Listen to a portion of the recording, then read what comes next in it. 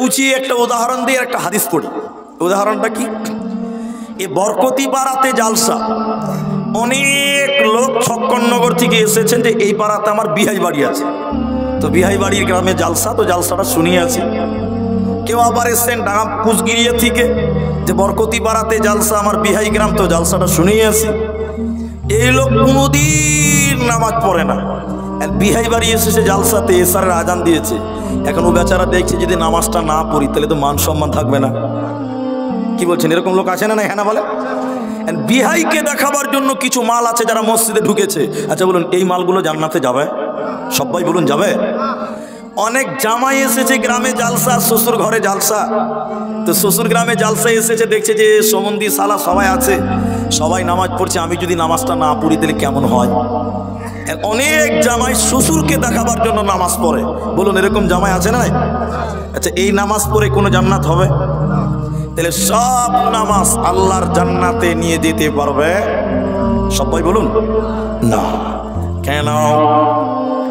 কোরআন থেকে আপনাদেরকে বলছে, শুনে নেন। আল্লাহ তাবারাকা ওয়া তাআলা বলেন, ফাওয়াইলুল লিল মুসাল্লিন, ওয়াইল নামে একটা জাহান্নাম আছে, জাহান্নামের 7খানা দরজা আছে, স্তর আছে।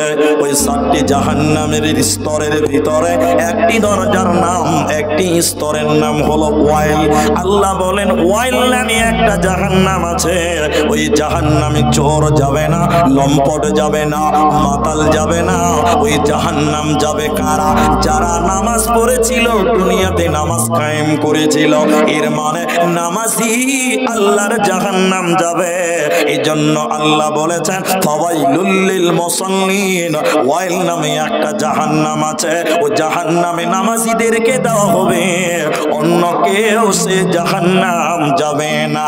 এই জন্য মনে রাখবেন, সব নামাজ আল্লাহর জান্নাতে যাবে না, দেবে না, পাবে না।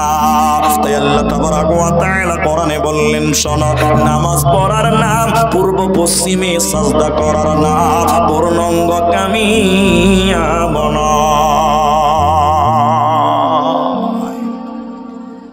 শুধু নামাজ পড়লে জান্নাত হবে মিথ্যা কথা। আল্লাহ কোথাও বলেনি কোরআন 30 পারার মধ্যে যে নামাজ পড়লেই তোরা জান্নাতে যাবি, এ কথা আল্লাহ বলেনি। তার কারণ হলো রসুলের পেছনে নামাজ পড়েছে, রসুলকে ইমামতিতে পেয়েছে, এরপরও কিছু মানুষ ওই নামাজ পড়ে আল্লাহর জান্নাত যেতে পারবে না। ওরা কারা? মুনাফিক। ওরা কারা? কথা বলে না? মুনাফিক। মুনাফিকেরা রসুলের পেছনে নামাজ পড়েছে, অথচ জান্নাত যাবে না। তাহলে বলুন, সব নামাজি আল্লাহর জান্নাত যাবে? তাহলে এখন আপনাদেরকে প্রশ্ন করছি, তাহলে কি নামাজের গুরুত্ব ইসলামে কম?